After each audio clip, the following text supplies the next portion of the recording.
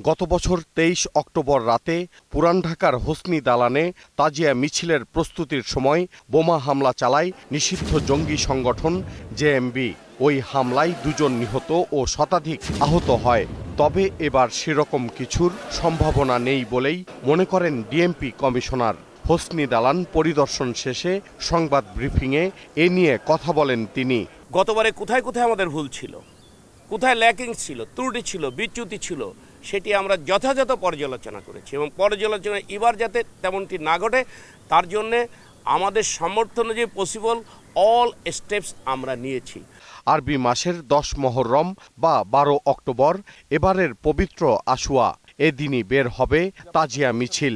এ উপলক্ষে পুরান ঢাকা, ধানমন্ডি সহ রাজধানীর গুরুত্বপূর্ণ সড়ক ও স্থানগুলোতে থাকবে কঠোর নিরাপত্তা, জানান ডিএমপি কমিশনার।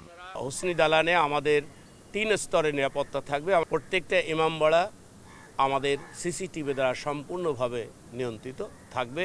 প্রত্যেকেই মেটাল ডিটেক্টর মাধ্যমে, ফিজিক্যাল চেকিংয়ের মাধ্যমে আর্চওয়ে পেরিয়ে ভিতরে প্রবেশ করতে দেওয়া হবে।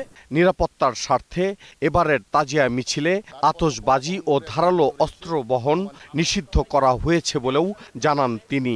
এই তাজিয়া মিছিল কালে কোনো ধরনের পটকা বা আতশবাজি করা যাবে না, কোনো ধরনের ধাতব বস্তু ব্যবহার করা যাবে না।